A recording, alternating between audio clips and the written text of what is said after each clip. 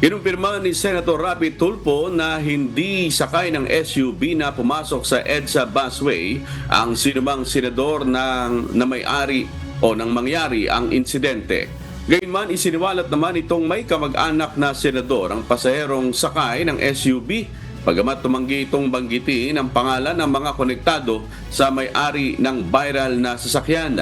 Nais ding alamin ng mambabatas kung bakit agad na kinumpirma ng Land Transportation Office o LTO na fake umano ang ginamit na plaka ng sasakyan, gayong lumalabas na ito nga ay konektado naman sa isang senador. Kasi sa ngayon, ang nangyari, na pagbibintangan ang 24 ninyong senators.